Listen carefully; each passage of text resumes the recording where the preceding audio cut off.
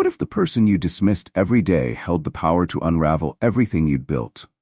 At Silveridge Consultancy, executives strode through the marble-floored lobby with an air of invincibility, their sharp suits exuding authority.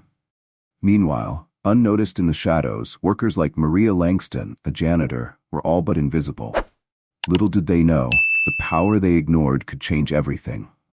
In the bustling heart of Portland, Oregon, nestled between towering steel and glass skyscrapers, Silveridge Consultancy stood as a symbol of prestige.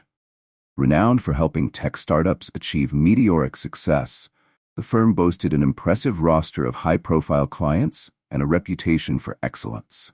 It drew some of the brightest minds in the industry, but there was a clear divide.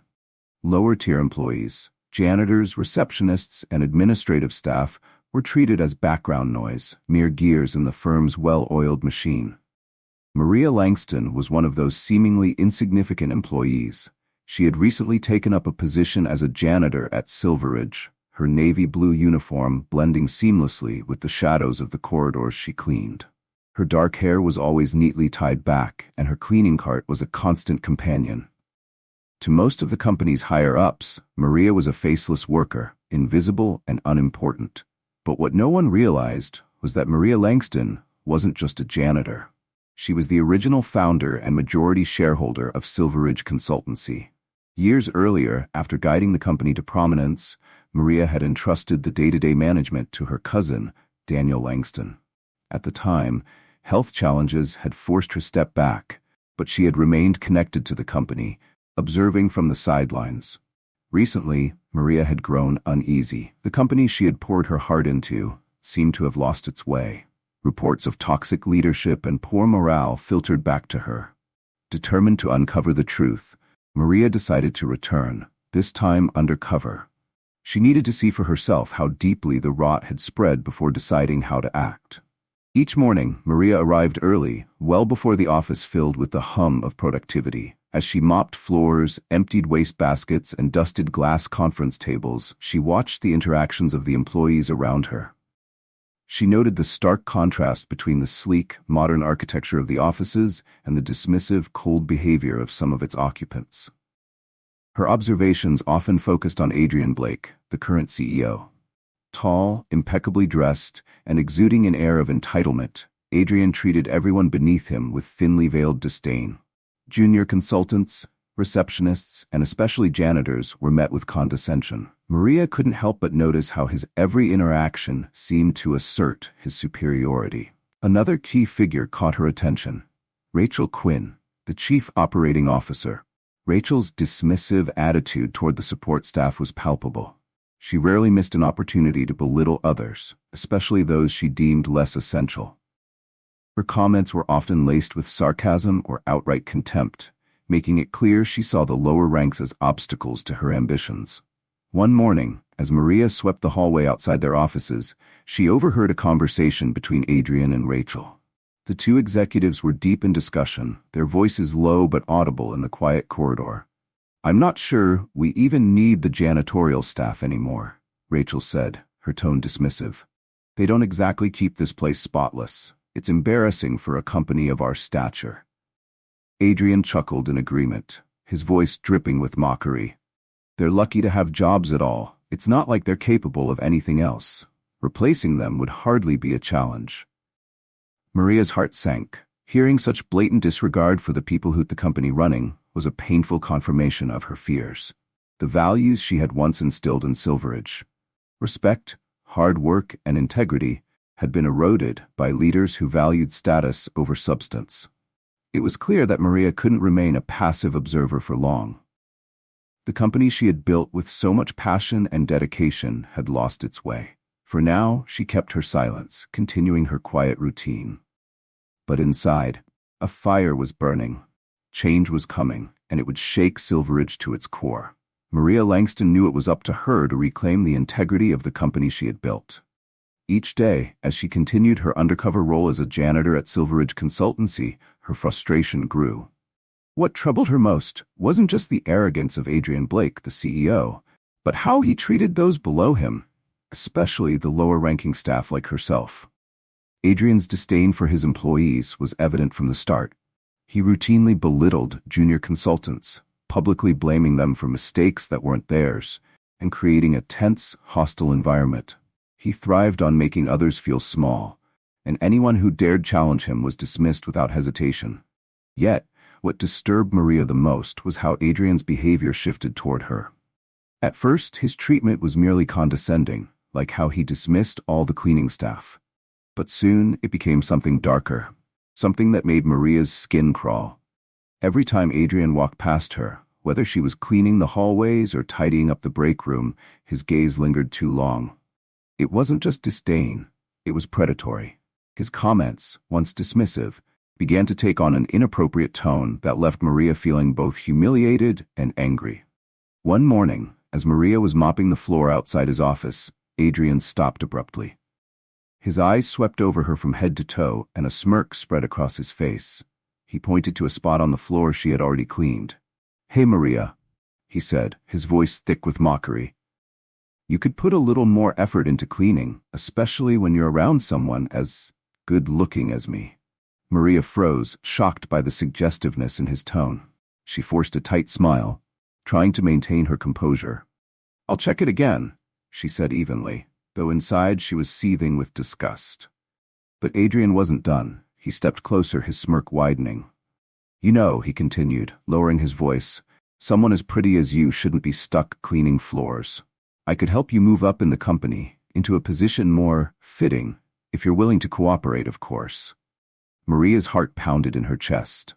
For a moment, anger and humiliation surged through her, but she forced herself to stay calm. This wasn't just about cleaning anymore. Adrian was leveraging his position of power to manipulate and intimidate her. "I'm happy with my job," she replied firmly, meeting his gaze without wavering. Adrian chuckled, clearly enjoying the power he thought he had over her. He patted her shoulder, a gesture that felt more like a claim of ownership than a friendly act, and walked away. Maria stood frozen, her teeth clenched in anger. She knew she couldn't let this continue, but she also knew the time for confrontation hadn't arrived. Not yet. As the days passed, Adrian's behavior escalated. His comments grew bolder, and the weight of his unwanted advances began to suffocate Maria. It wasn't just his words, it was the way he lingered, the way his gaze followed her. The sense of powerlessness was unbearable, but Maria reminded herself that she wasn't powerless. She just needed to pick the right moment. One evening, after finishing her cleaning rounds on the executive floor, Maria headed to the parking garage. She was exhausted, but her determination hadn't wavered. As she approached her car, Adrian appeared, blocking her path. The air between them was thick with tension. "Maria," he said, his voice low, almost menacing, "you've been working hard lately. I've been thinking, maybe you deserve something better than this cleaning gig." Maria froze. The weight of his intentions was unmistakable. His tone was laced with both a veiled threat and a dangerous promise. "There's a place for you here," Adrian continued, stepping closer. His gaze was cold and calculating. "All you need to do is cooperate. Otherwise, I'm not sure how much longer you'll last. People like you don't have many options, you know." Maria's stomach churned with disgust, but she stood her ground. His words were like poison. But she refused to let him see her fear. "I suggest you think about this carefully," Adrian added, his voice dripping with false sympathy. "I could make your life easier, or much harder. It's your choice." Maria's hands clenched into fists at her sides. The full weight of Adrian's abuse of power hit her like a tidal wave, but so did her resolve. Her eyes locked onto his with a fire she could no longer suppress. The time for patience was nearing its end. The confrontation would come soon, and when it did, Adrian Blake wouldn't know what hit him. For now, she kept her composure, her silence a shield and a weapon. But inside, Maria was ready. The reckoning was coming. Maria Langston's stomach churned as Adrian Blake stepped closer, his breath uncomfortably warm against her neck.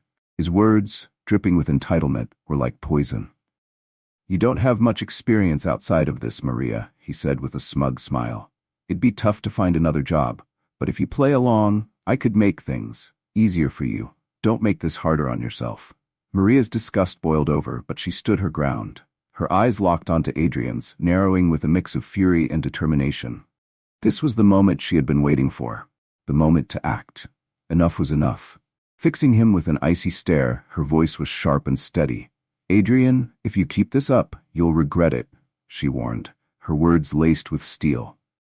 Adrian's confident smirk faltered, twisting into a confused scowl. What are you talking about?" he stammered. "You've crossed the line," Maria interrupted, her voice unwavering, "and if you try anything like this again, I'll make sure you never set foot in this building again." For a fleeting moment, Adrian looked taken aback, his arrogance cracking under the weight of her words. But Maria knew this was just the beginning. His threats, his intimidation, his misuse of power, it had all gone too far. She wasn't going to endure it any longer. Without waiting for a response, Maria turned on her heel and walked toward the elevator, her heart racing. The time for patience had ended. The time for action had come. The next morning, Maria stepped into the office, but she wasn't dressed in her janitor's uniform. Instead, she wore a tailored suit, her hair styled neatly, and carried herself with a confidence that was impossible to ignore. As she walked through the lobby, the employees who had once overlooked her now turned to stare, their expressions ranging from shock to awe. In the boardroom, Adrian and Rachel Quinn, the COO, were preparing for a meeting when Maria entered. At first, they didn't recognize her, but as she walked to the head of the table and stood beside her cousin Nathan Langston, the company's real CEO, the truth began to dawn on them. Nathan gestured proudly to Maria. "This is Maria Langston," he announced, "the founder and majority owner of Silveridge Consultancy." A stunned silence filled the room. Adrian's expression shifted from confusion to disbelief. He shot to his feet, his usual confidence crumbling. What is this?" he stammered, looking between Maria and Nathan. "This has to be a joke. You're the janitor. Are you telling me you've been?" Maria cut him off, her voice calm but firm. "Yes, Adrian, I've been working undercover, observing the company I built, and what I found was deeply troubling." Her gaze locked onto him, unwavering. "You've harassed me, mistreated employees, and abused your position. You failed to uphold the values this company was built on."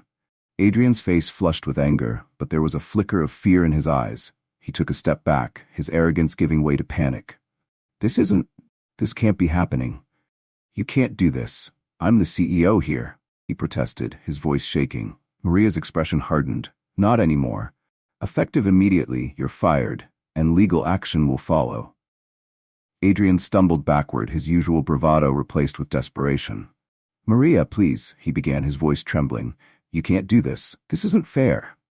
"No more chances, Adrian," Maria replied coldly. "You had your opportunity, and you abused it. You're done here." His face turned a deep shade of red, his pride bruised beyond repair. "You'll regret this," he muttered weakly, but there was no conviction in his words. Maria met his gaze without hesitation. "I highly doubt that." Security entered the room, escorting Adrian out. Each step he took was a stark reminder of how his power had evaporated in an instant. The room remained silent, the weight of Maria's actions sinking in. Maria Langston turned to face the management team seated before her, her steady gaze sweeping across the room. The atmosphere was tense, her words cutting through the silence with authority. "For those of you who have acted with integrity," she began, her voice firm but calm, "your positions here are safe. But for those who have contributed to the toxic culture that has plagued this company, there will be consequences." Her declaration sent ripples of unease through the room. Security personnel swiftly entered, escorting several board members and managers out of the building. The weight of Maria's actions was palpable, and the remaining employees exchanged glances of mixed relief and respect. Addressing the team that stayed, Maria continued, her tone unwavering. "Silveridge Consultancy will now be a place of respect, innovation, and integrity. This is the company I built, and under the right leadership, it will thrive again." Under Maria's guidance, the office began to transform. The once toxic atmosphere, fueled by arrogance and exploitation, was replaced by an environment where employees felt valued and supported. Those who had previously overlooked Maria now looked up to her with newfound admiration. The changes were evident not just in the morale of the staff, but in the company's performance. Silveridge began to flourish once more, reclaiming its reputation as a leader in the industry. Sitting in her office, Maria reflected on the journey that had brought her here. The company she had built from the ground up was finally back in the hands of someone who cared deeply about its values. Her own. Her patience and quiet resilience had paid off. For years, she had watched from the sidelines as the storm brewed, waiting for the right moment to act. When that moment came, she had struck with precision, reclaiming what was hers and restoring the integrity of a company that had strayed far from its roots. Silveridge Consultancy had been more than a business to Maria. It had been a reflection of her principles. She had built it to embody hard work, respect, and fairness. Watching it deteriorate under the influence of greed and arrogance had been painful, but that pain had been necessary. It had shown her the full extent of the corruption and the work required to rebuild. As she leaned back in her chair, her eyes drifted to the Portland skyline outside her office window. Despite the satisfaction she felt, Maria knew the road ahead wouldn't be easy. There was still a company to rebuild, a culture to nurture, and trust to earn back. But for the first time in years, she felt completely in control. Silveridge Consultancy would no longer be a place where power was abused, where people were overlooked, and where integrity was an afterthought. It would thrive once more, but this time, it would be built on a foundation of honesty, respect, and innovation. Her phone buzzed with a message from her cousin, Nathan. "We're in this together, Maria. Let's rebuild." A smile tugged at her lips as she read his words, her resolve solidifying. The storm was finally over, and this time the company would flourish, not because of profit alone, but because it was rooted in the right values. Maria glanced at her reflection in the glass, her expression calm and confident. Karma, she thought with a small, satisfied smile. It always finds its way back. The work ahead would be challenging, but Maria Langston was ready. Silveridge was hers again, and under her leadership, it was destined for greatness. Thank you for reading this inspiring story. If you enjoyed it, don't forget to like the video, share it with your friends, and subscribe to our channel. Hit the notification bell so you don't miss more heartwarming and powerful stories like this one.